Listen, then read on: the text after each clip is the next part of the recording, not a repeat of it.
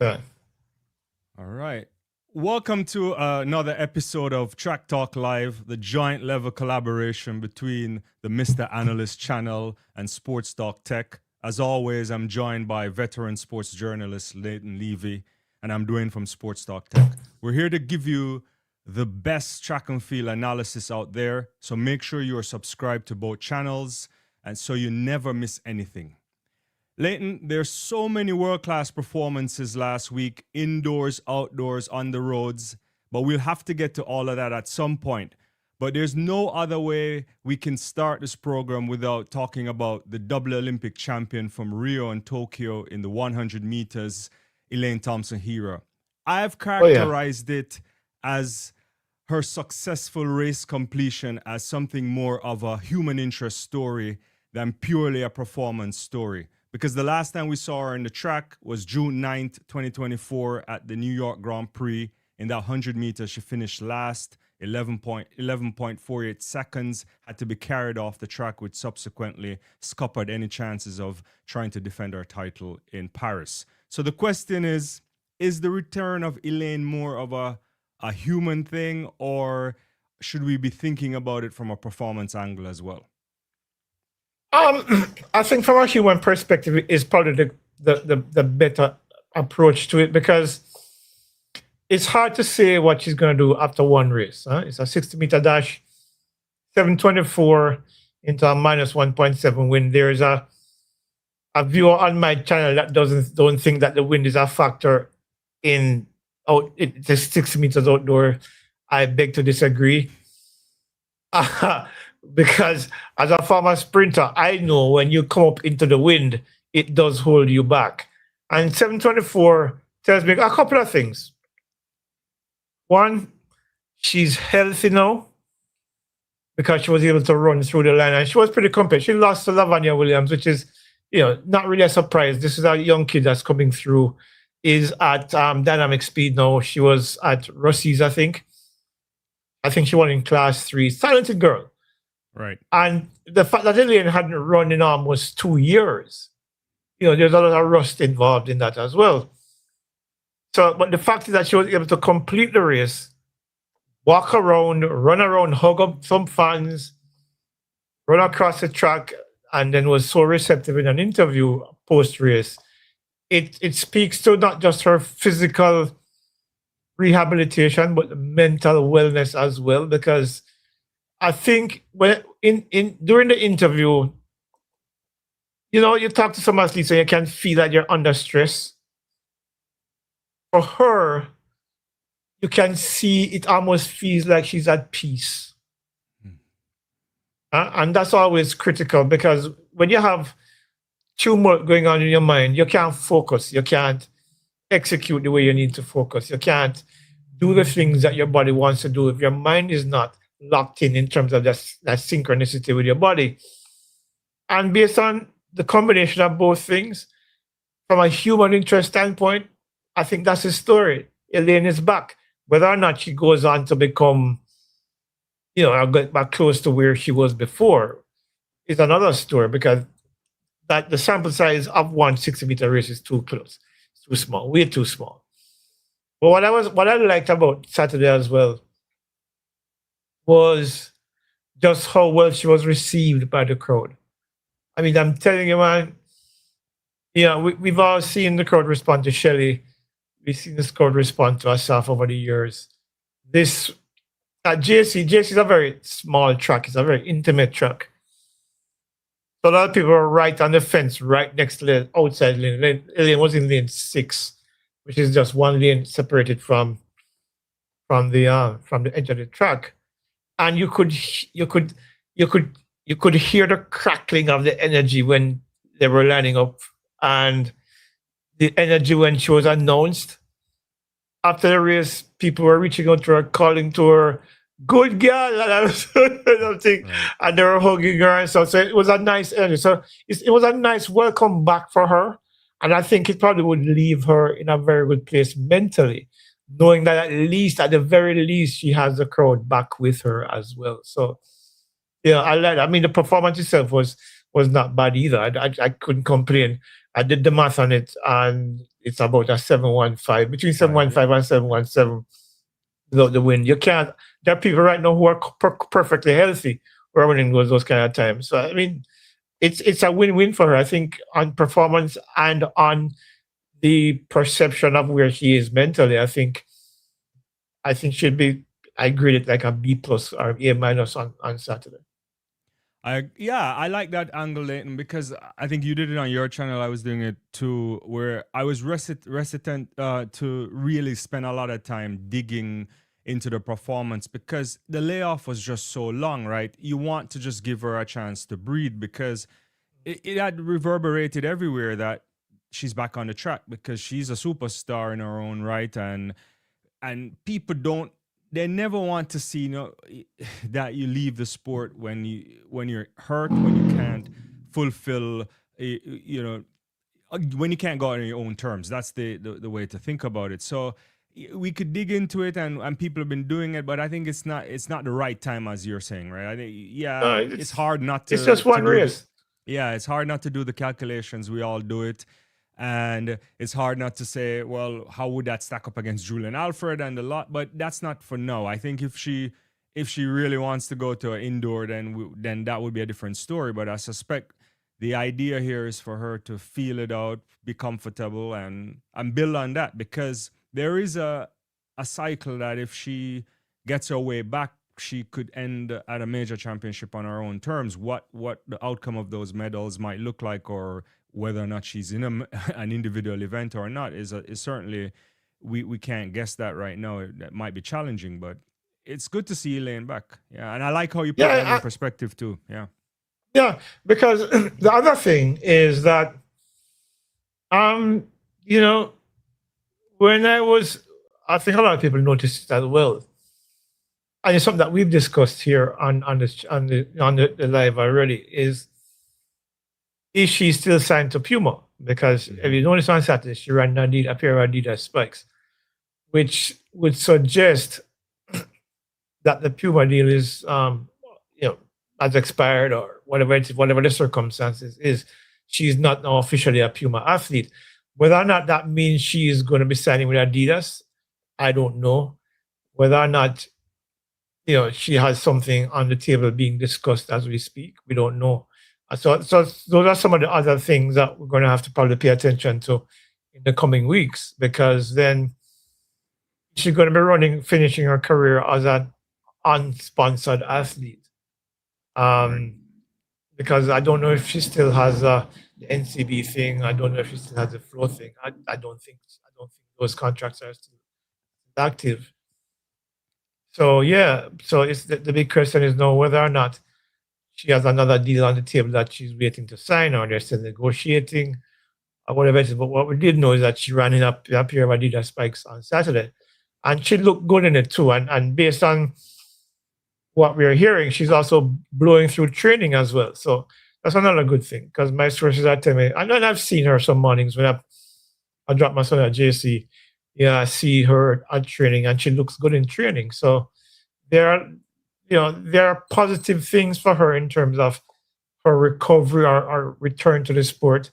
And I suppose we can also hope that she has a contract on the table somewhere that's going to help her to then finish her career as a sponsored athlete, as opposed to being unattached, so to speak. Right. It's interesting you brought that. Well, let's go there then, Leighton, before we get to that.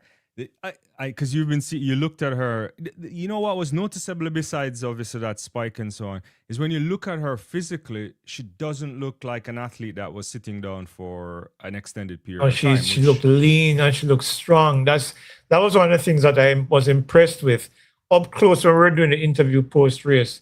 Because you saw it when she was running, but when you're not that close to the athlete, you tend to be not sure what her fitness level looked like. But when she was standing in front of us for that interview, she looked lean, she looked strong, she looked powerful. That reel that people have on, I think it's TikTok or IG, where you see one of them females posing and then you hear the horse neighing in the background. That's what she looks like. She looks like she's ready to go. So she looks like she's in really good shape, which is what I like. You see an athlete who hasn't competed in almost 2 years, and you see them up close, and you don't see any excess body fat. You don't see anything that suggests that she was just lounging around the place and profiling. She looks fit. She looks strong. I really like that. No, that's an important thing, and hopefully everything works out because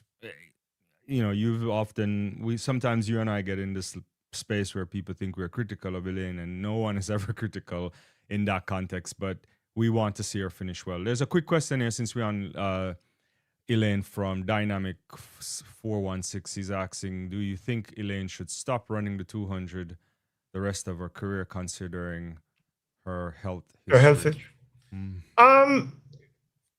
From a totally ignorant standpoint, because I don't know how healthy she is in terms of that Achilles injury, I would suggest probably that she sticks to the 100, because the 200 on the curve does put a lot of pressure on your lower parts of your extremities, especially your ankles. So, but that the 100 doesn't. It's just that with the 100 is running in a straight line. There's no lateral forces per se acting on your ankles and your Achilles as much as it does on the 200. So in terms of the fact that she's 33, in terms of the fact that she is recovering from an injury that has plagued her for the better part of 8 years now, I think. Yeah, I'd probably suggest that she sticks to the 100. Because, and then just for the sake of resting her body and allowing her body to recover, sticking to one event would be my advice. My layman's advice to her: just run the 100 alone. Yeah, I don't think we can disagree with that, Leighton. Even when athletes start to get older, and we understand she hasn't always been running because of injury, but you still get older, so it's not easy to respond to the demands of what that kind of training requires at the very top, right? Because this is an athlete that you don't expect to just want to come back and play around. She wants to be in the mix, her name has to be amongst the top athletes. So I don't necessarily believe that she would return to the sport and just flounder the career away. Yeah, because look, she's coming back to as I mentioned, a very competitive space. Shericka Jackson, the Clayton twins, a healthy Jengelley, possibly Shanice Walker, possibly Kimber Nelson, possibly Briana Williams, Briana Lyston. It's a stacked field. So for her to come back, it would, for me, be in her best interest to stick to one event and focus on improving and just honing her skills in that event, because it's not going to be easy coming back to break through. The Clayton twins right now are the lead of the pack, along with Shericka Jackson. So that's 3 people they have to get past already. And then based on what we've seen from Briana Lyston so far this season, the 60 meters, she looks better every race. 7:07 the last time out, albeit the fact that, Julien ran past her like she was standing still. Yeah. But the thing is that you expect Briana Lyston on current pace to be under 11 seconds this year again, and joining the likes of Shanice Walker and possibly Kimber Nelson, and of course the Clayton twins. And so talking about 1:10.65 and 2:10.7s and a couple of 10.9s in the mix. So she's going to have to run well to get back into the conversation. I agree with you, and we'll get to Lyston a little bit later. I think Objectivity is over on your channel saying his guess is she's not going to be interested in the 200 going forward. But I wouldn't be either. Yeah. I want to, since you mentioned improvement, and we take it how we take it on the show, I want to, and you might be in the mix to say more about this later this week as well, but I want to turn our attention to Stacey-Ann Williams, because there's no other way to put it, Leighton. It's a significant improvement over the 300 meters indoor. 35.92 last year. What was it? Was it 36.92 a year ago? Yeah, she dropped a full second. A full second off. That's not marginal improvement. That suggests serious progress. And when we put it in context for this season, only the great Shawnee Miller-Weber has gone faster, 35.79. She already just now bumped Dejanay Oakley down to 35.94. We know it's not a distance that is a championship distance, indoor or outdoor, but it's a marker here. So what I want us to, I guess my question and what I've been thinking about is, what does it say, given that we can say her record as an athlete so far is one where she has a lot of experience in the relays, silver medals, Olympic bronze, and ran a really big time last year in the championships in Tokyo, 49.59, right? But then just couldn't handle it in the semifinals, going into fifth place, 50.39. So at that point, we were speculating whether her body was able to go back to back in the way you needed to. So I've just made a big speech and not ask you a question, but what's your take on this improvement, and what could it possibly mean for a 400-meter outdoor career for her going forward? Well, look, last year was her first time breaking through the 50-second barrier, which she's been planning for a couple of years. Because I remember talking to her at trials 2024, and she said she tied around 50. She wants to break through, so she broke through. But the thing is that when you break through, it's often hard to repeat, because one of the things is that your body is adjusting to the new pace and the new level of performance. So it's not usually easy to get back there once you do it again. The thing that impressed me about the weekend is not the fact that she ran 35.92 per se, and of course dropped a full second off her previous best, is how strong she looked closing. Normally, you're running a new PB and you're kind of swimming the last 50, 60 meters. She was driving through the tape at 350, at 300. So it suggests to me that she's a lot stronger than she was before last year. And clearly she's a lot faster too, because to be able to run that fast over 300 meters, you have to be able to conserve something over the first 200 that you have enough to come home. Right. Which means that your maximum speed, you have to be somewhere that maybe like 80%, 90% going into the last 100. She didn't look like she was fatiguing any at all. My light keeps going on. I don't know what's going on with that. But the way she finished suggests to me that Stacey's a lot stronger this year. So right. 49s again, yes, obviously. The thing is, how low can she go? Because 49.5 last year, maybe 49.0 this year, 49.1, or God forbid 48, because that's where it is now. 48 and 47 is where Sydney dropped it to, and Marley De Paulino and Salwa has taken it down to a different level. And what you see from Shawnee coming back suggests that you have it. I mean, and put it just to broaden the scope of it a little bit. When you look what Dejanay Oakley has been able to do, 39.94, right, also suggests that she's probably trending to that, because she ran 49.65 last year, is trending towards a 49 or 48. And she did say it when we did the interview with her that she's aiming for 48 as well. So from a perspective of potential, I think you're looking at somebody who's capable of running at least 3/10 to 4/10 of a second faster over 400 now for Stacey, which is a good sign. It makes her competitive. It doesn't necessarily mean that she's going to go and win medals if she goes to the Commonwealth Games this year, or in China next year. But if the improvement that we've seen from her in this first race, or this 300 this season, is linear in any way, you're looking at a situation where she'll be competitive in Beijing in 2027, and you can't rule out the possibility that she'll be even faster then than she was, last year.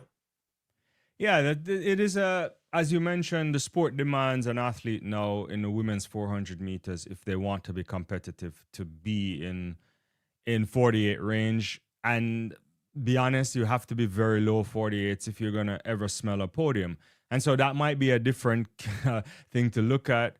I suspect, Amber Anning talked about it recently. I think Adelike was saying this as well over an interview, that they look at what happened last year, and it's a game changer from those two women in particular. Well, three women, because we have to put all three medalists running ridiculous times there. And all season too, especially for the likes of a Paulina and NASA were running outrageous times, which from really, April. Remember NASA run 48.6 in Jamaica, in April. So so you have a train for that. And the key thing, the interesting thing about it, I should say, is that like for example, Dejane, who ran 35.9 to 4 on the weekend at the Tiger Paw meet, she split 23.66 for the first 200, and she finished at 51.62. You and I were watching that. Yeah. And you could see that she could go faster. I think she was probably just blowing off something. Because she wasn't pushing it like Shakrini.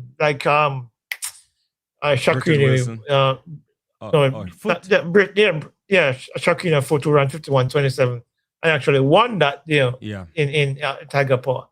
So so you're looking at a situation where the women are beginning to understand that for you to be able to run 48, you have to be splitting 23s for the first two and probably come home in 24 highs or 25 lows, which is hard to do, so. Yeah, it is certainly hard to do, but if you want to, the great thing about sport, and we've seen it all the time, is that you have to respond, otherwise pack it up, right? Yeah. Can't get left behind. Yeah, as Clip is saying, Stacey's 300 doesn't really make me eagerly anticipate a 400 this year. Oh, it doesn't? Yeah. Interesting. Her first 300 has always been the strongest part of her race. Hopefully translate, though. Yeah, because it's not about the fact that she runs fast, the 300. Remember, she dropped a full second off her PB from last year. A full second in a sport where increments of time or increments of a second make a big difference. Let me give you an example. It's unheard of. When Bolt ran 9.58, Tyson Gale was only 0.13 behind her at 9.71.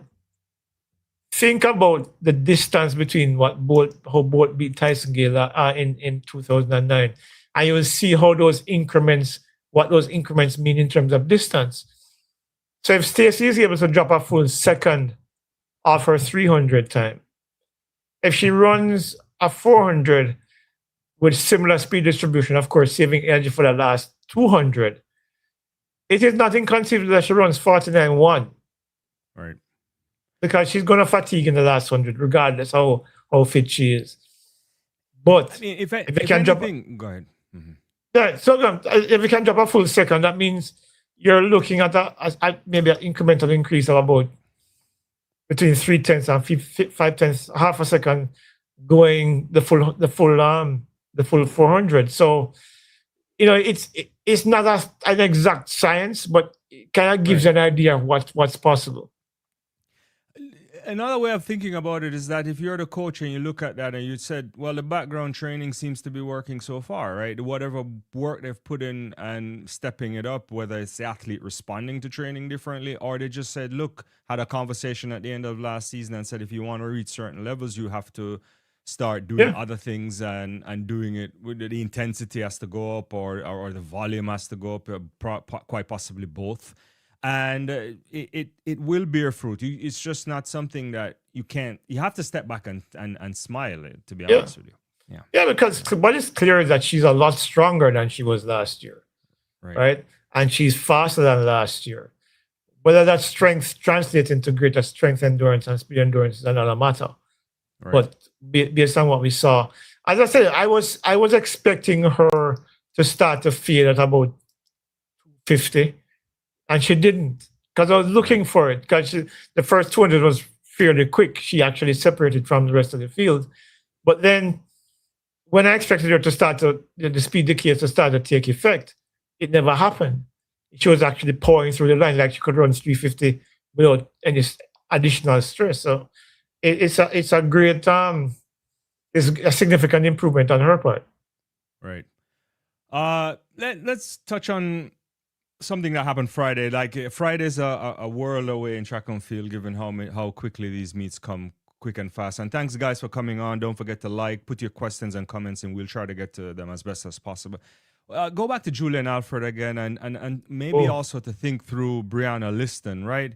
You and I were back and forth while those races were going on, and I was like, "Do not break the world record here, because you don't want to break it at a silver meeting." To be honest, you want to do it on a gold tour or someplace where the prize money is a bit more. But Leighton, if that was not a false start in the, a recall done in the final, I think it was gone. It looked like it was, because she sat back in the blocks. And how do you run down the likes of a Lyston and Sears like that? Yeah. Yeah. Look, her reaction time in that race was 0.217. Yeah. She's sleeping. That tells you. Yeah, it tells you that. So if you take away what the record is, 692. Yeah. If you took away that and then added that in terms of her acceleration, because the different phases of the race, she probably would have gotten close to the record. Yeah. I'm certain of it. And because one of the things that was impressive for me in that race was, despite the fact that she sat in the blocks, her patience was remarkable, because normally you would think that she would panic because Sears got out ahead of her and Briana got out ahead of her. She could have easily panicked and her race plan went to pieces. But I saw a perspective of the race from a front camera. Saturday morning, somebody sent it to me. And when you looked at her at 30, she still had her head down. And she was being patient in another race, in a race where you don't have that much time to be patient, and still accelerated through the field and won comfortably. I mean, 699 to 703 and 707. 703 and 707. Yeah, it tells that she won comfortably. So, yeah, it looks like right now she's on world record pace, because if she improves her start if she can get back, because our usual start's about 1.16 or 0.1, I think 0.16 is about the average. Right. She's that much closer to the world record. And I'm sure, and based on what I'm being told, that she was kind of loaded for that meet as well. In fact, the two meets that we saw, 704 and 70 and 7 flat, and then 701 and 690. Yeah.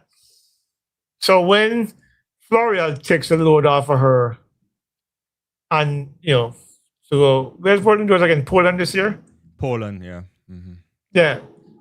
When he lightens the load a little bit and says, "Go do your thing," what's going to happen? Because then the acceleration is going to be quicker. She's going to be a lot more explosive. So yeah, so the plan to challenge the world record is clearly on, and you can see the signs are very obvious, very, very obvious. Yeah, the thing that you mentioned, Tuna, that's the thing that is most impressive. It's not even the times and the way she came back in the race. It's what we've seen over this last 2 weeks, which is all we have to really judge. But it's the way she's executing the first part of the race. It's almost like she's out there, and all you have to do on the instructions is to make sure you run the first part of this race in a brilliant way. And I think I think they're setting this up for outdoors, because the difference has to be somewhere when you fight Melissa Jefferson-Wooden, and we don't have to get into that right now. But our execution has been brilliant lately. I've never seen it like that, to be honest with you. She's always been decent, and sometimes it starts shaky, but this time different. Yeah, and it's something that she confirmed to me after we spoke after the race week before last, where she said she was working on that part of her race, the start, the acceleration out of the blocks being more linear, right, and being more efficient in terms of coming out of the block. So yeah, you're looking at a situation where clearly they're working on the start and the first 30 meters, and I think I mentioned this before, where when she raced Melissa in Oregon, Melissa got away from her early. Yeah. That's what I think they're trying to close that gap that allows her then to maximize her power and maximize her speed in the later phases of the race. And well, clearly right now, with work still going on, you can tell that I'm keen to see what she does in subsequent races, to find whether that consistency is there that would allow her to be more efficient and to be faster over the first 60, certainly. Sure. I just want to stop you quickly. There's May Brown. She's on your channel. She says loves both of our platforms. How can we support financially? And she just gave you a super chat there, Leighton. We can't pull it up on screen the way we're doing it, but shout out to May Brown for giving you a super chat over there, Leighton. So I appreciate that. And by the way, super chat. Yeah. let me just say this: we hit a new benchmark this week, and I'm really happy. Right. 4,000 subscribers. Thank you so much, guys. I really appreciate the support. I been trying to get content that I think is relevant, because I think people know me by now. I don't know how to categorize it. I don't do these things for the clicks per se. I like to get the clicks, but I'm a guy that deals with facts and information and not the other stuff.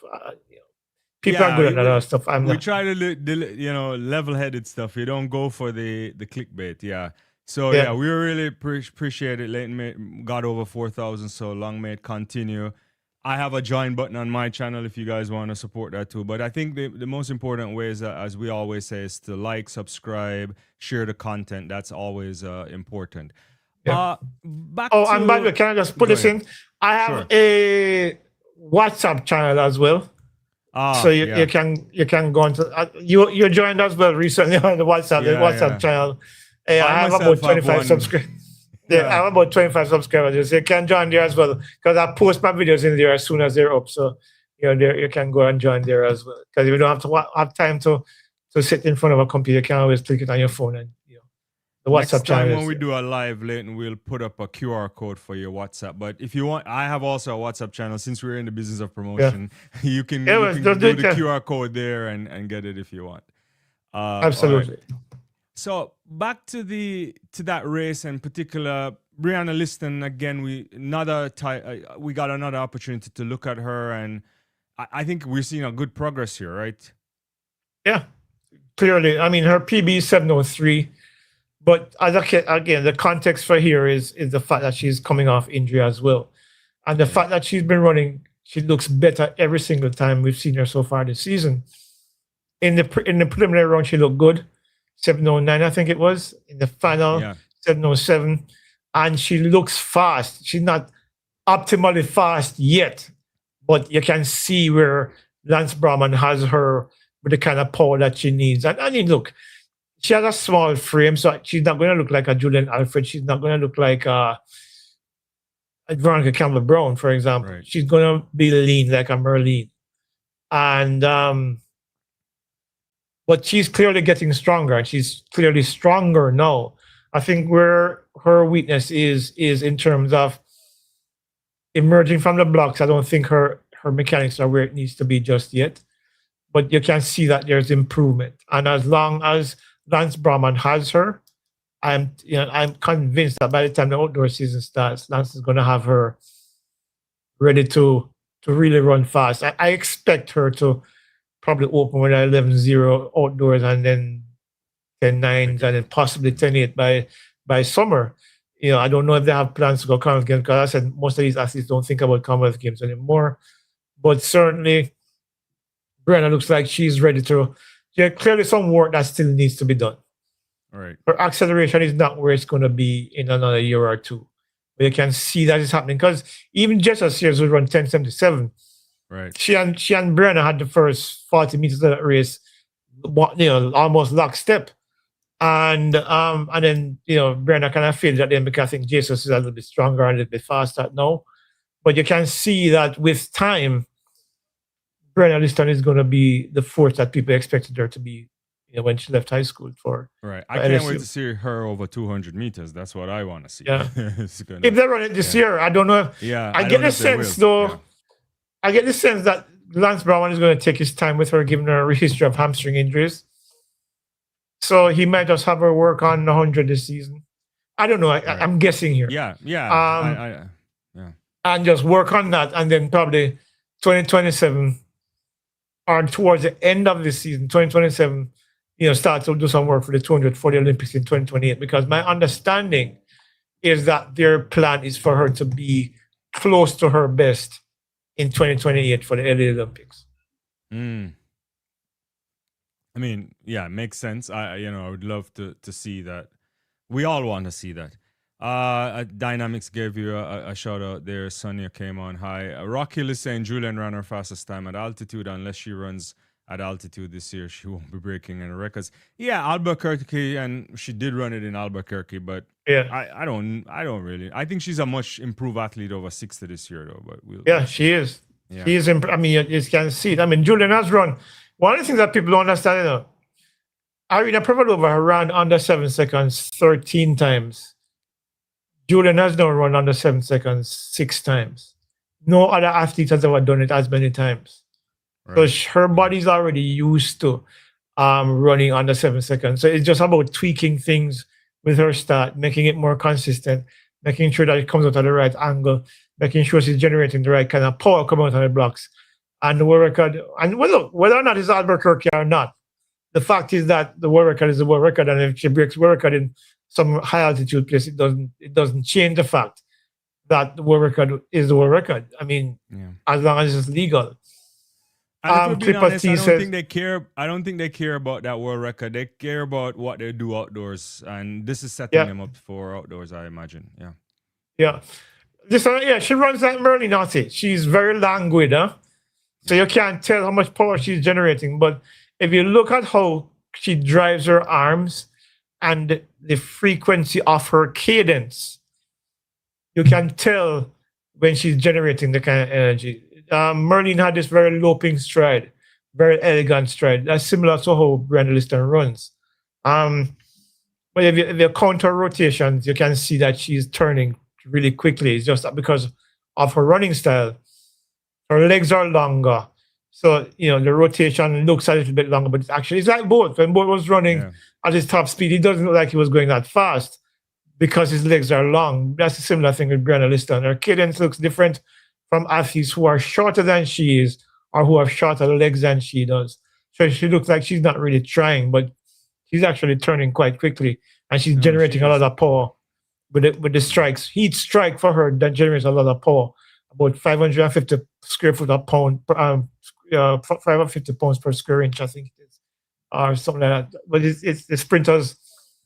Each strike generates, once you land under your hip to propel yourself forward, that's the force that keeps pushing you forward. So yeah, she's very deceptive for real. And but don't make it fool you, because when she's ready for run fast, she's gonna fly. All right.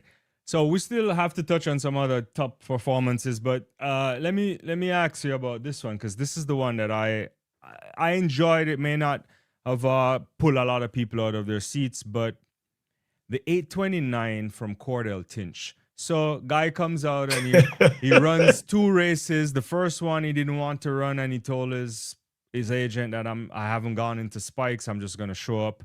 And they didn't believe him, and he runs. Then he runs another one, I think back-to-back weeks. Then he's like, I'm done for indoor, and I'm going to do long jump. And when he said that the first time, I thought he was gassing us up, Leighton. I thought he was making this thing up. And we know he's a jumper from the collegiate ranks and high school, but to come out and jump 8:29, which is a massive jump in the context of the season. And also, I think he had an 8:11 or something like that in the series.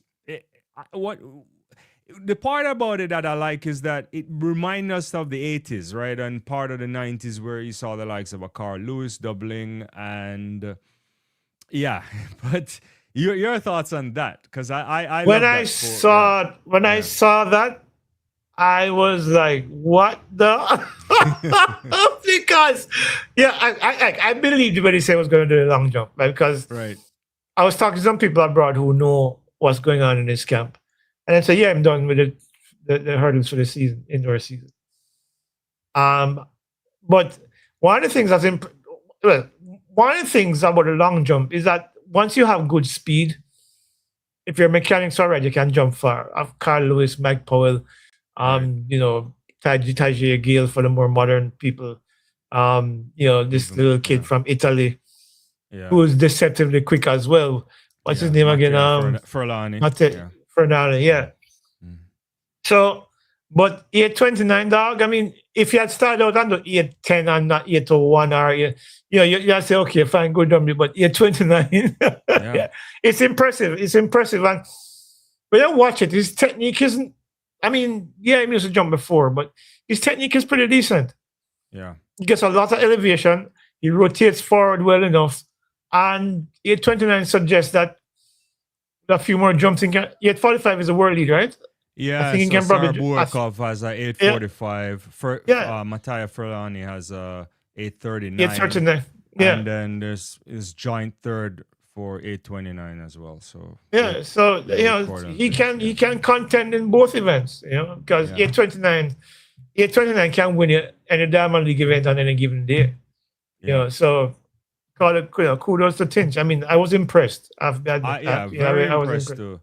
And even it's hard to pick apart the technique, but he was going up, and it's like that kind of classic school jumping you like to see. So I felt that we needed that, and sometimes the sport needs that. I know we've gone past the athletes doing the jumps, and we've talked about it before about what it does on the joints, and sometimes the jumps don't really feature the way you want. Everyone wants to be a sprinter, so just don't focus on that, because that's where the pay comes and also the limelight in the sport. But if a guy Cordell can get if he can rack up and jump and find some program that is gonna accommodate doing the 110 hurdles and jumping at the same time, it would be special. I think he could carve his way in the sport the way Lewis did and Jesse Andres. I mean, the thing, and of course, and it brings excitement to the sport, because he is known now as the world champion, in the sprint hurdles. If he takes on the long jump, for the casual fan, they're going to be like, this guy can jump too, and it brings that kind of interest into the sport, where the athletes are not just pigeonholed into one event. They think, Oblique, Kishian, Lyles, the 1-2, But it's been a long time since you've had a genuine sprinter, whether a sprinter that does the long jump or does any jump at all. Right. So it's a good dynamic to have in the sport. Yeah, it's been a while, and I mean, I guess I'll say it. I guess Marion is probably the last we've seen in a long time that picked up something. But we'll move on from that. Leave it. Brian says he can play in the long jump. Jenna for real. Is asking where's Shericka. I guess she means Jackson. Don't. For the first time, I can honestly say I don't know. I haven't seen her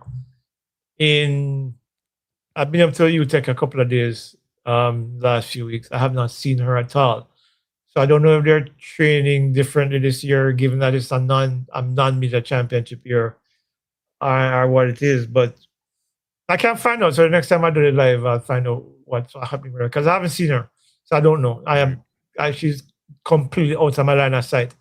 I haven't seen her. I don't know what she's doing. I haven't seen her in training. I haven't seen her in the gym.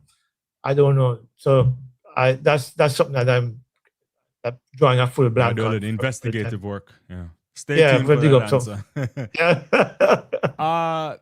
Let's, before we get into more performances, just a quick update for those who probably wouldn't have seen it, or maybe you have had. Femke Bol is done for the rest of the indoor season. She pulled out. She was scheduled to be in that World Gold Tour France. In a couple of days in France there, and pulled out. She was going to attempt the 600 meters, and she started the season and looked decent, as we spoke about it a week ago or more. I can't recall. Dutch national record 1:59.09, looked so casual doing it that we anticipated that she was gearing herself up, but it seems that they are doing the right thing. So you have to take all the precaution, because you don't want to mess around. So we wish Femke the very best. Achilles is like a strain thing going on with her Achilles, so they decided to like shut it down for now and prepare for the outdoor season, because Rome wasn't built in a day. You don't want to mess around with that. It's a proper sports management there to take care of the athletes. But speaking of France, on on Thursday, and it kind of rounds me around to Keely Hodgkinson because I don't know what she's on there, 156.33. But it's gonna be a fireworks there. If I get a chance, I'll put this thing up. But it's gonna have Rivera, who is gonna be in the race, who has a 157.27 this season. Duguma is gonna be in that race too. I think that's gonna be a cracking race that will end the night in France in a couple of days. You know, I suspect the meeting record of 156.36 from Maria Matola might be on the line. You know, but talk about Keely Hodgkinson there, Leighton. Brother, did you see how she started at 800 there at the British Nationals? Yeah, that's the thing. I'm like, why she go so fast? And I'm like, but she kept it up. You know, it's not like she took off and then back off. She just kept going 156, 13, what is it, 33? Yeah. And I'm like, yo, this beat a normal. It's like she came out last year around 154. And then, you know, she surprisingly lost at Worlds. Right. And then comes back now. Clearly, they're found a formula for her to run fast consistently. And it's going to be very interesting to see what she does on Thursday, because I think she already knows she made the British team for World Indoor, so that was not a situation for her. So let's see if the world record, the World Indoor record, is going to go, and whether or not, you know, see how fast she can run. Can she go? Why don't you go 155, 154? Yeah, which incidentally, that's kind of a stretch. Yeah, the Jolinda, Cheplak, 155.82. I think she ran that, and I didn't realize this. It was in the same year she was born, but it was actually on the day Keely Hodgkinson was born that world record was set. So, look, yeah, so it's been around. Yeah, she's been around. I think I don't know what to say here. I think she's gonna do something amazing. What I think the conditions are right. Yeah, go ahead. Yeah, the thing about it is that it all depends on the pacing of that race. Yeah. Okay, so Duguma is in that race, right? Yeah, and Veru's in that race. She's and Veru's in that race as well too, because she's done 156.27. And Duguma, I don't think she ran outdoors this season. Indoor. I don't remember seeing her. Yeah. So yeah. So it's going to be, the pace is going to be fast. Yeah. So that could push each other to something ridiculous, you know. And see, it all depends on what their plan is for. I mean, obviously the plan is to win, but how do you win is probably going to be the strategy in that race. Yeah, but I'm looking forward to that. Yeah, because I remember Keely, after talking to British television or so after the race on Saturday, and she was saying she wanted this. It's something that she's been thinking about, and you know, it just never happened. And so I think they're really working for this world record. So we'll see. Yeah. It's gonna be one of those races that I think people, if it works out the right way, I think people will be talking about that race all year. Yeah. Yeah. And as you know, the 800, I don't know what she's up for this year. I suspect she might go to Commonwealth Games. I don't know. You know, they have a way of trying to get, Keely, they have a way of trying to get them to go there.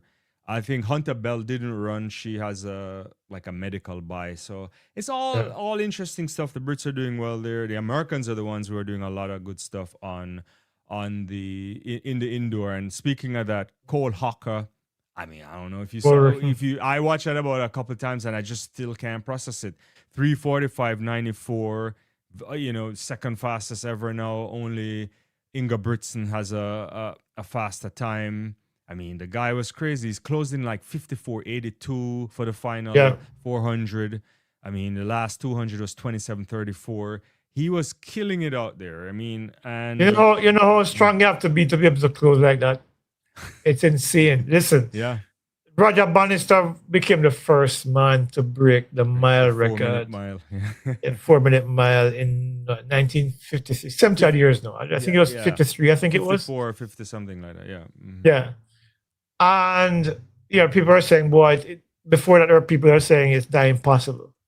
But but what these guys are doing these days is like what can't they do?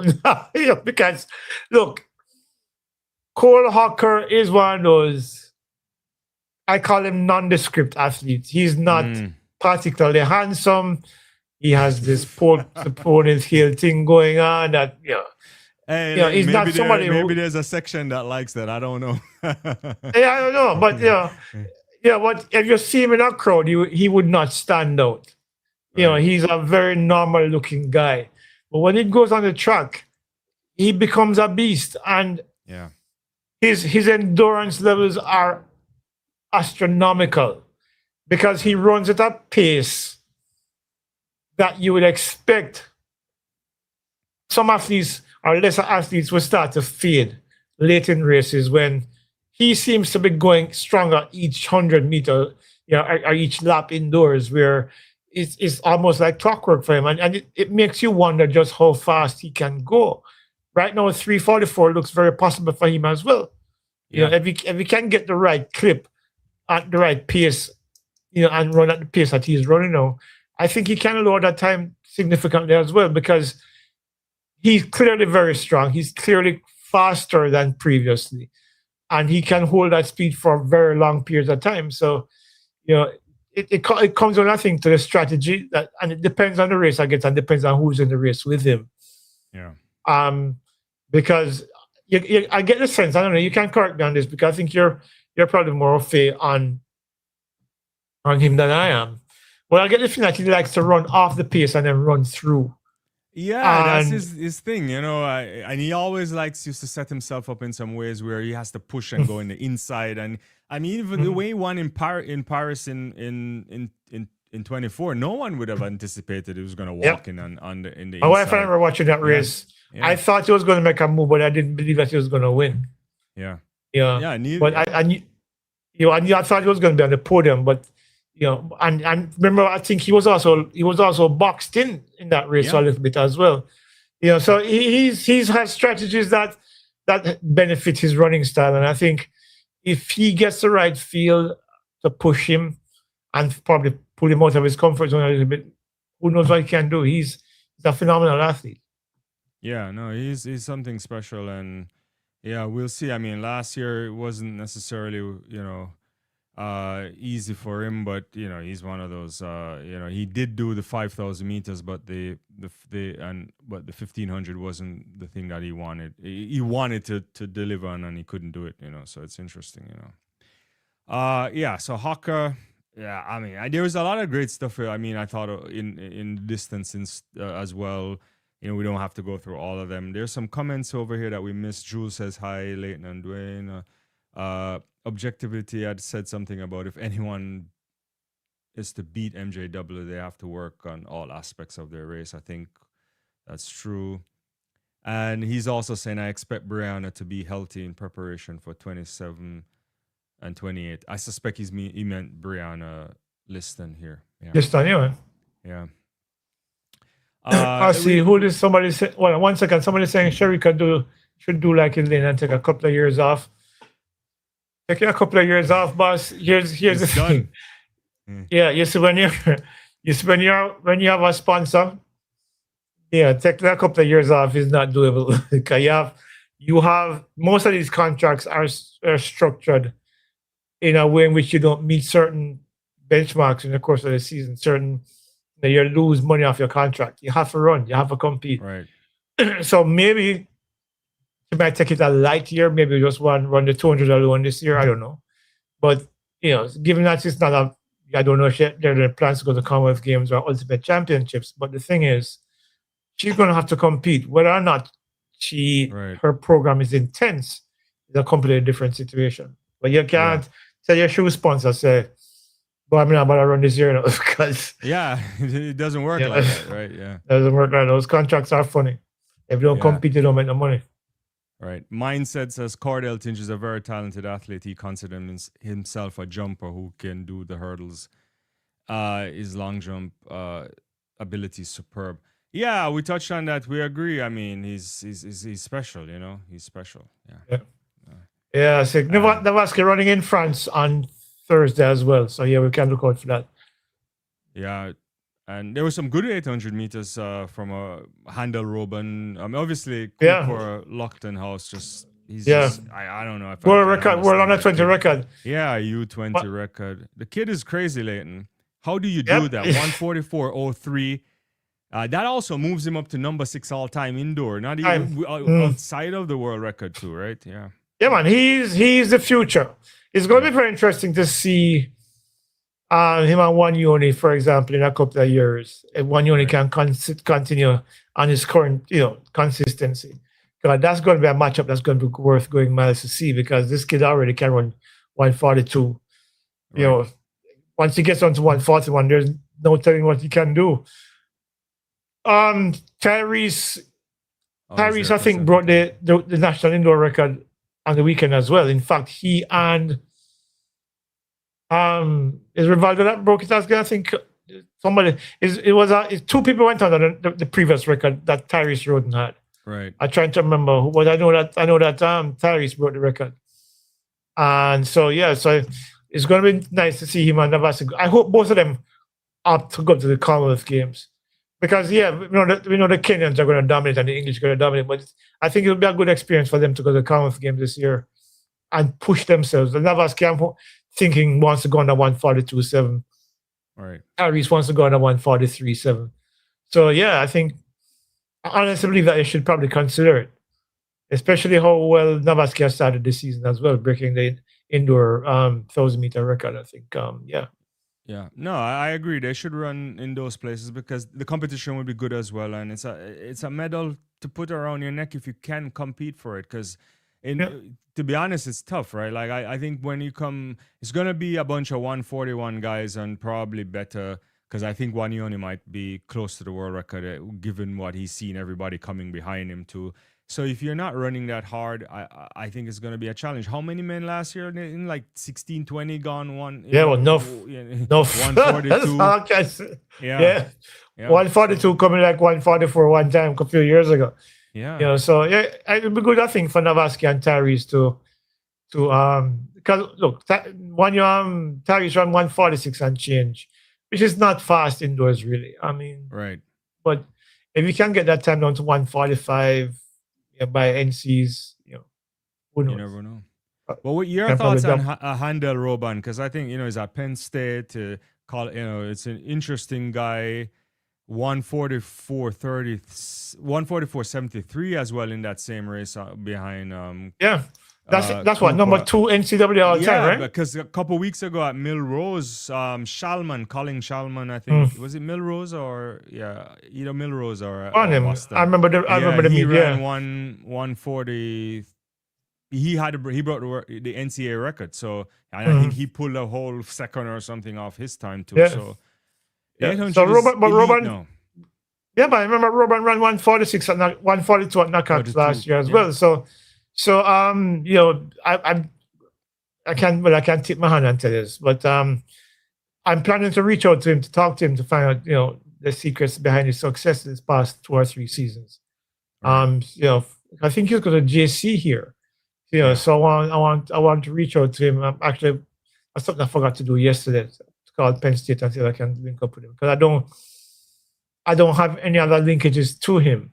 Right. So I'm gonna go through the school and see if I can find him, because I want to talk to him. I want to find out what's going on with him, because clearly the improvement is significant. And for a Caribbean man, I mean, as I said, St. Vincent have him and Shanico Maloney, So very tiny if island he can, too, So if he can do these ridiculous things, 144.03 indoors, I want to know what he thinks his ceilings are for this year at least, and see what his objectives are. So I'm going to try and I can tell you this publicly now that I'm going to try and get him and see what if he's willing to do an interview then and hear what he says.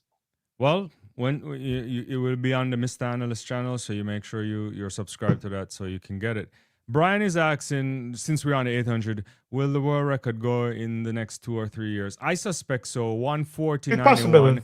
All of us at some point had a moment in 2012 when David Rudisha did that, and we, and I think I can say, Leighton, and you can confirm, when you saw that, you're like, there is no way anybody's gonna be anywhere in that ballpark again. That's how I looked at it, because I never thought. even pushing up on the Wilson Kipketer record, which was what 140, 111. Just didn't think people would have been like coming anywhere, and then Rhodesia destroyed that world record, and now we're looking at. I have to say, I think Wanyoni, maybe a couple other guys could be targeting that. Wanyoni is what now? 22? How old is he now? Yeah, he might be 22. I think he was born. He was born 2004. So yeah, he's 22. Yeah. Yeah. When his body matures in another year or two, if he stays healthy and continues to run like he runs now, the world record is his in 2 or 3 years, if not sooner. It might go this season, especially in the non-championship year. He might probably take it on Diamond League meet 1 week and try and go for it, because his PB is what 140, 111. Yeah, he has the joint second fastest with Wilson. Yeah, so that's not very far away. And as his body gets stronger, and I suspect that he will get faster, it is not implausible for him to challenge the world record. Yeah. Things that we used to. I think there's some world records that, when I look at them they're, for the time being, they're untouchable. Both 9.58, Marita Cox 47.60, even though Sydney Shoya last year said it's now becoming reachable. A lot of field events, the 800. Yeah, no, the 800 now is coming into question now for women. Yeah, the 800 is getting closer, so you can say yeah. But the 800 worker that we used to think was impregnable is not impregnable anymore, because we've seen Wanyoni, we've seen a whole bunch of men go on 41 in the last few years. Yeah. So Wanyoni for me is the most likely candidate to do it. Yeah. But maybe somebody else can come through and do it as well. You never know. I mean, Mark Orup has a 140, 120. Sajati has also 141 and change to, I think, 4. That might be pushing it for them, but you never know. I mean, there's a bunch of guys with 141 ability, including Bryce Hoppel, who didn't have the best of seasons last year. And then now you think about these youngsters coming through, and certainly there's going to be some kid from Kenya that we'll just don't know about yet, and it's this kid named Lockton House. I'm sure if him and Tina, him and one only back up in the right race and the right circumstances, God knows what they might run 140.5. I don't understand pushing it here, but this it's becoming within the scope of possible now. Right. That just a few years ago didn't look likely. That's what I know this is like beating a record, but to put it in context for people who might be wondering still why that's happening, there's a number of things we can attribute it to. The bicarb is everybody's using it. It's something that was there for a long time, but they don't have diarrhea anymore when they take it. Yeah. And the shoes are much better now in terms of they used to running plastics. Now all these things are carbon fiber, the energy return. So you can take any number of studies which can say anything from a 1.8 to 4% improvement. It's not for every athlete. So and then the personalized training, the sports science is improving. The running surfaces. The surfaces are getting faster. Oh yeah, for sure. Konika's tracks are among the fastest in the world now. Yeah. And I mean, I had a sample of it here. I wonder where it is. But when you feel it, you can tell that if I try to find what is that? We're gonna go on track showcases. I should go for my Olympic track from Paris. Yeah, Paris, yeah. But I have a sample because the Konica guys left a sample when I came to Jamaica a few years ago. Yeah. It's you can see from the composition that when you lay this down and you put those spikes on it, you can take significant fractions off your time. So everything is improving. So it's not as hard as before. When Herb McKinley ran under 46 seconds for the first time, he ran that basically on cinder. So everything improves over time. So it makes mankind a little bit. It's important for people to recognize that too, because the sport changes, right? You think about all those years that people running 47 and especially in the hurdles, and you think, it's something. I know all these guys are running much faster. We have to put these things in context, So So those are some good stuff. I don't know if we probably missed a lot of stuff, Leighton and I, when we get on here, we go and not bring up Yeah. everything we want. I don't know if we've missed any of the comments. Maybe we could respond to Candy Kane again. I think she was responding to you, saying what is the sense if your body is injured and cannot perform to standard? I think this is in reference to Shericka, but Shericka, I don't know how to process this. I think she's fine. I mean, I don't think she's not. She came back last season. It's just that. Yeah, look, she wasn't. Last 2 seasons, her body has let her down. Huh? Yeah. 2024, we all know she missed the Olympics.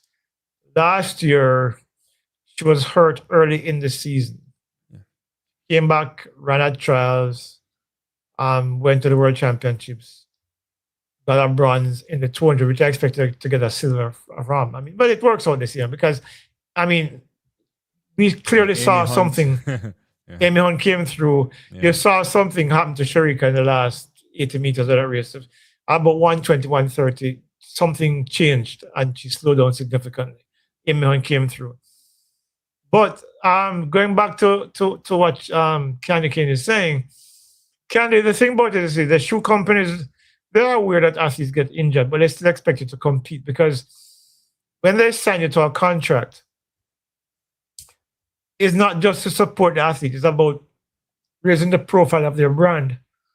And you have certain obligations to those shoe companies. So unless you're going to be laid up in a hospital for the entire year, if you don't compete, the money that you earn from your contract is going to be depreciated. It gets cut down. If you don't meet those marks each year, you don't make no money. And eventually, if you're not performing, they might yank the contracts from you because then it's pointless. So yeah, so the athletes have to come in. And she doesn't have to be on her best, she just need to be on the circuit and meeting a minimum standard. We know Shericka can run 22s, 22-2, 22-1, 22-3. If she does that on the circuit, she's fine. And she's making money as well. So yeah, it is what it is.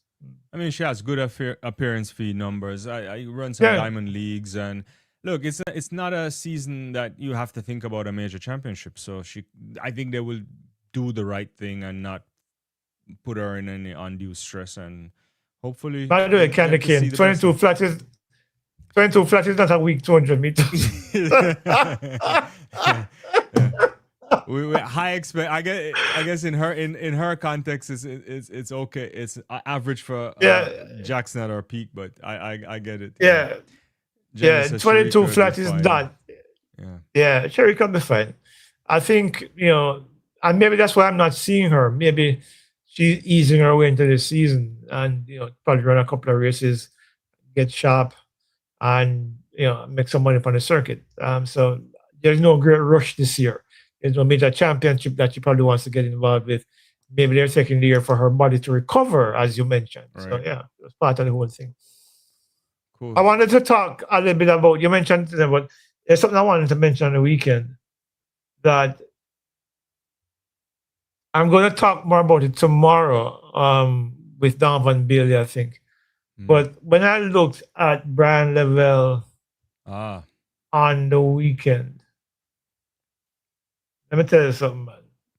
What I will say is problems.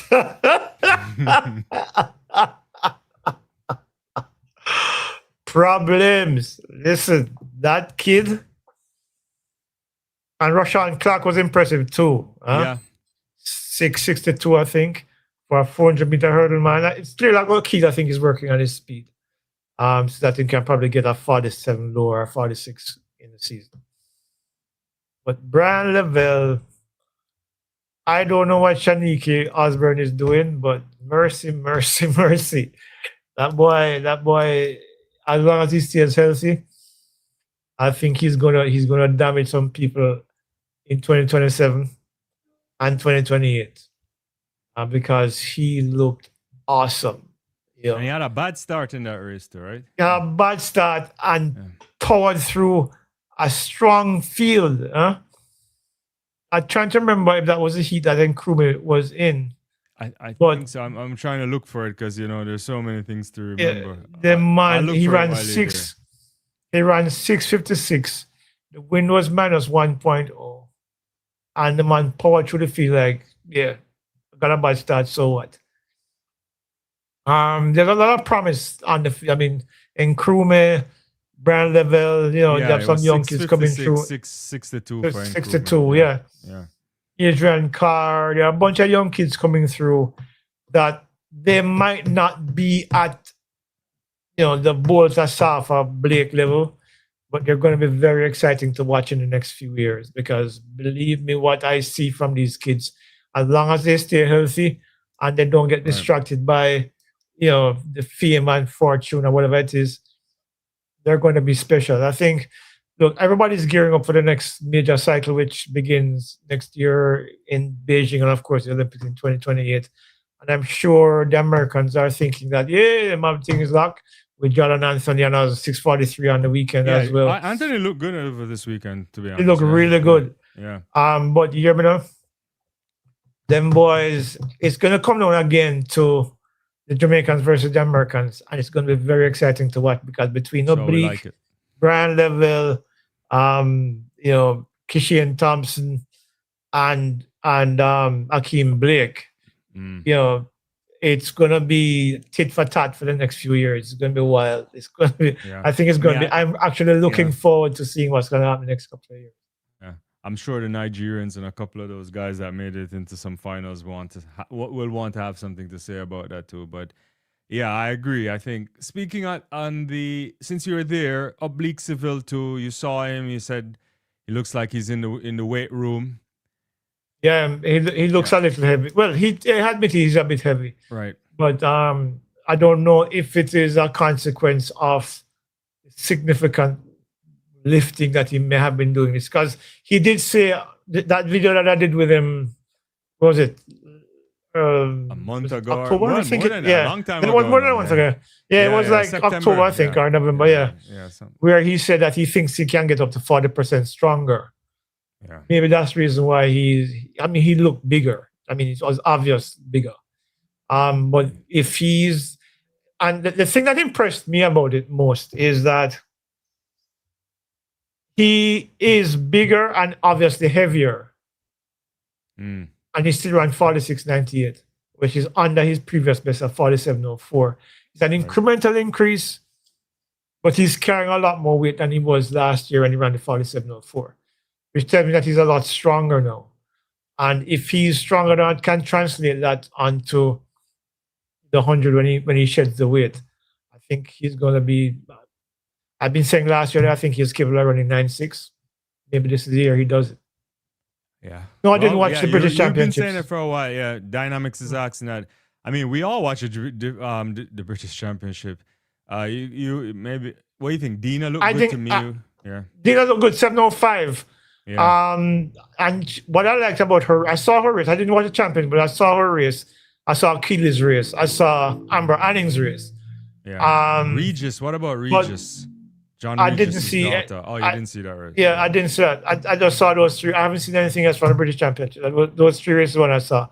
Because I was surprised that Amber lost.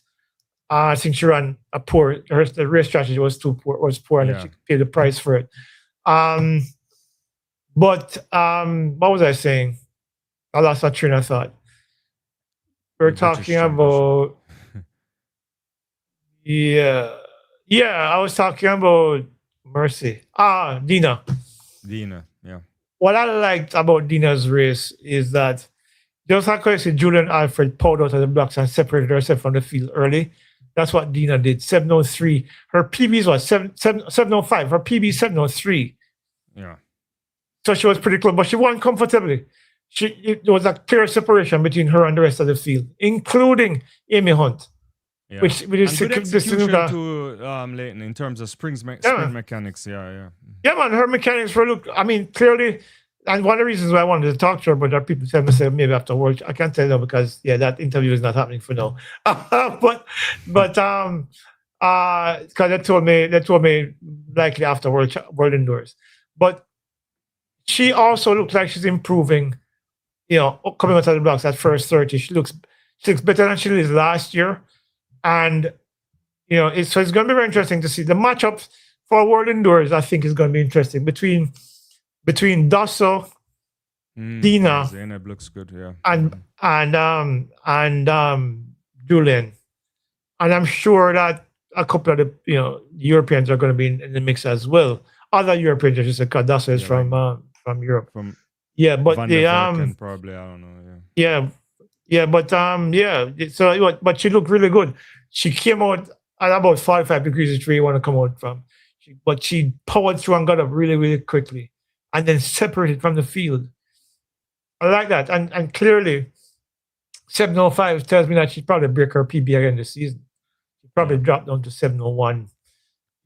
Who knows, sub 7? I don't know. She looks like she's capable right now. I remember we were talking earlier this year, or last year. Earlier this year.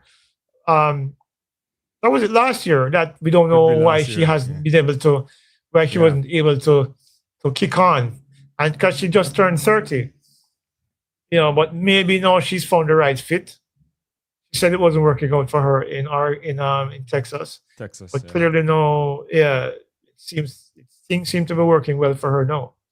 So it's going to be exciting. I'm looking forward to World Indoors as well because a couple of weeks. I think there's some matchups. Yeah. There's another, before we go, there's a quick mention I have to mention. Jerome Campbell from Jamaica ran a 7:48 on the weekend. He came second in the sprint hurdles. Yeah.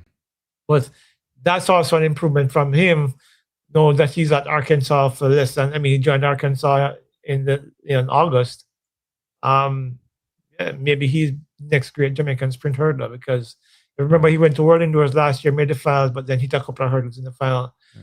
He looked really good. I was talking to him on the weekend, and it sounds as if he's going to have a good year at Arkansas this year, along with Vassiana as well. That. Yeah, Vassiana too. Yeah, Shericka looked good, but he wasn't in the final. She ran what 7:43 this year or 7:42 or something like that. Yeah, it was world leading. I think 7:43. I have to check again. I don't want to make mistakes. Yeah. We get crucified for that, but I think so. Yeah, he looked. Really good. I think. Yeah. What's that? One clipper right here. I think if Dasso is not on the podium, I would be disappointed because she's, other than Julien, I think she's looked the best out there. Yeah, she's been. Zainab is looking really good. She ran 7:02 too. So yeah. And I think she's been working on. It's the trouble when she gets out of indoors and go outdoors is really the problem, but indoors she's really good. So so if anybody can probably upset Julien, right. It's Dasso probably be the person to do that. Yeah, because I watched all her races this year. She looks really, really good. Really good. Yeah, I thought Azu looked decent too at the British Azu. Yeah. Right now, Azu for me is probably the favorite for World Indoors. I honestly think so. Even ahead of Anthony. Even I guess Anthony has to make the US team first, but that's that's another thing. But 6:43 is one race, but and Azu has been between 6:50, 6:52, I think, and 6:56. I think that's where he's been ranging this season. But I'm sure that he's in a position where they're going to probably taper him for a little bit for World Indoors, so he's probably a lot faster. Yeah, and he has the experience.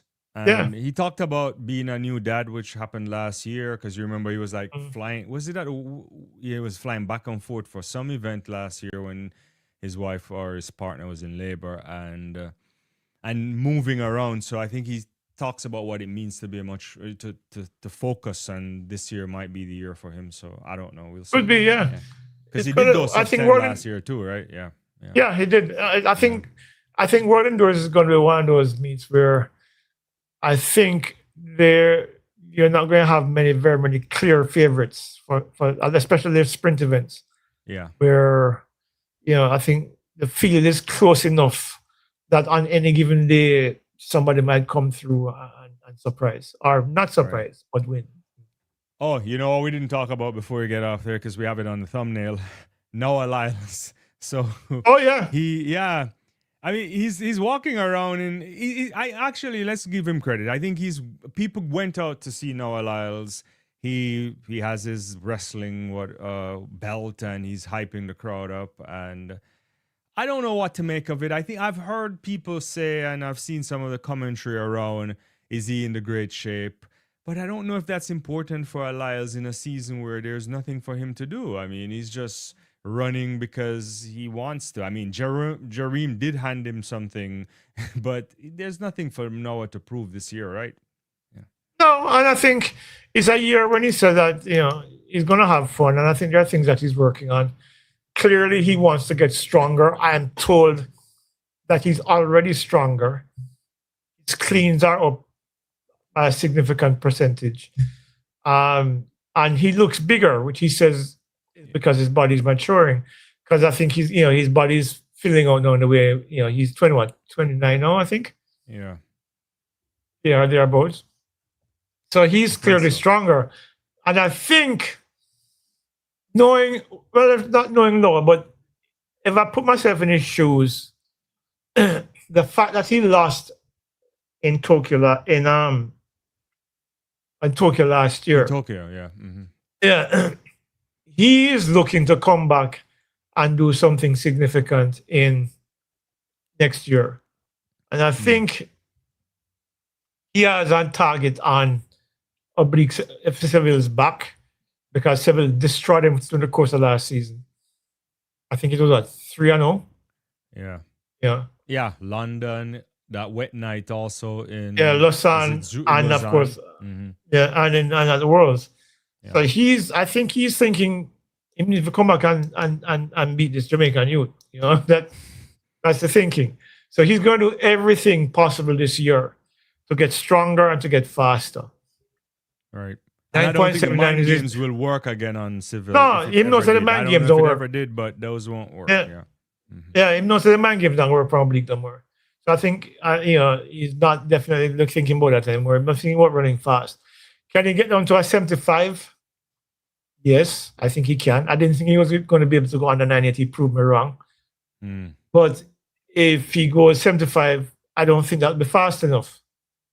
Yeah, still, I don't know if he can, but you never know. It won't be fast. Yeah, because Oblique ran 977 in jumping shoes, and you get the sense based on what the conversations that I've had with him that he's not planning to lose to nobody again.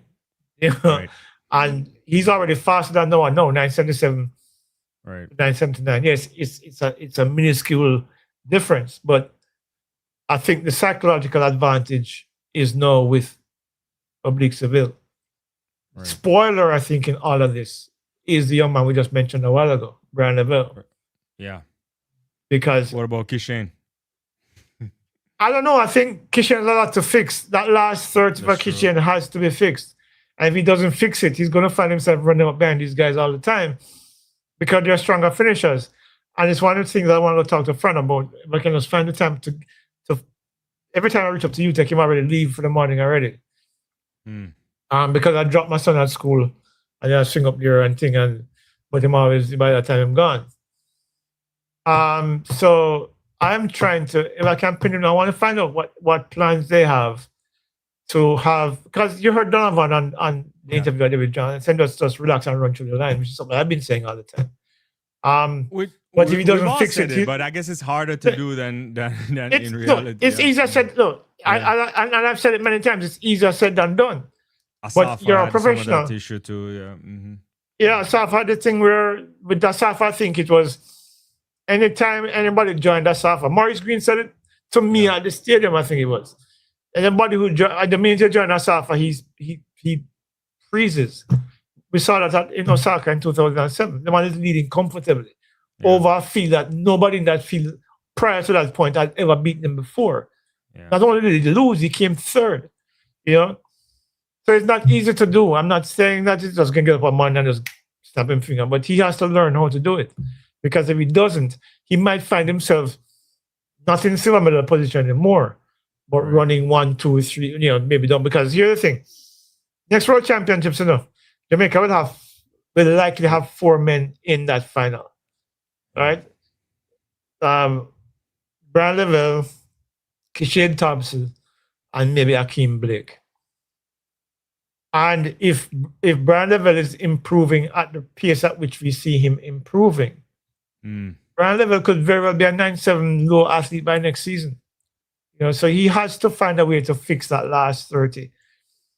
And because if he does, look, I've always felt that if a Kishian can just relax that last 30, like he does at the national champ. You realize that he does at the national championships, but he doesn't do it.